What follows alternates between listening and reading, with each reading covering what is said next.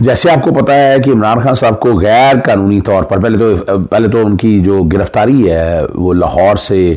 غیر قانونی اس کانٹیکس میں وارنٹ آف اریسٹ جو ہے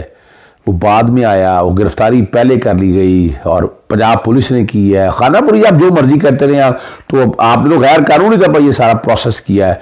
پھر اڈیالہ جیل میں لے کے جانا تھا، ان کو اٹک جیل میں کس کیپیسٹی میں لے گئے ہیں؟ یہاں حکومت پنجاب نگران وزیر اعلیٰ یا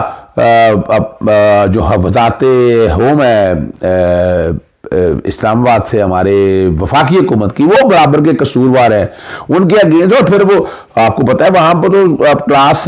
اپنا اے ہے ہی نہیں ہے، وہ کلاس سی ہے اور سابقہ وزیر اعظم ہے، تو ان کا قیدیوں کے طور پر جو سہولیات ہیں وہ تو ملنی چاہیے۔ عمران خان صاحب تو ڈیمانڈ نہیں کرتے، لیکن ہم سمجھتے ہیں کہ وہ سہولیات ان کو ساری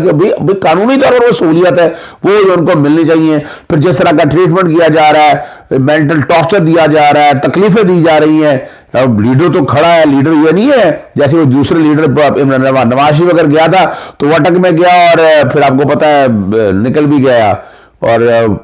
پریشانی ان کو تھی۔ یہاں عمران خان صاحب کو اٹک میں رکھنے کے بعد پریشانی ان کو جنہوں نے بھیجا ہے،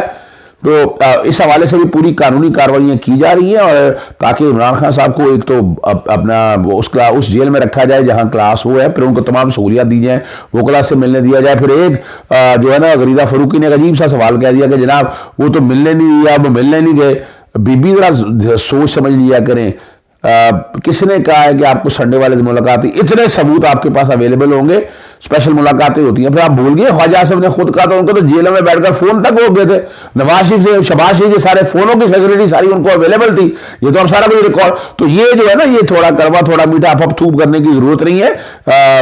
ان کا حق ہے اور عوام چاہتی ہے، عوام کی ڈیمانڈ ہے۔ ذوالفقار علی بھٹو صاحب کے دور میں اتنے لوگ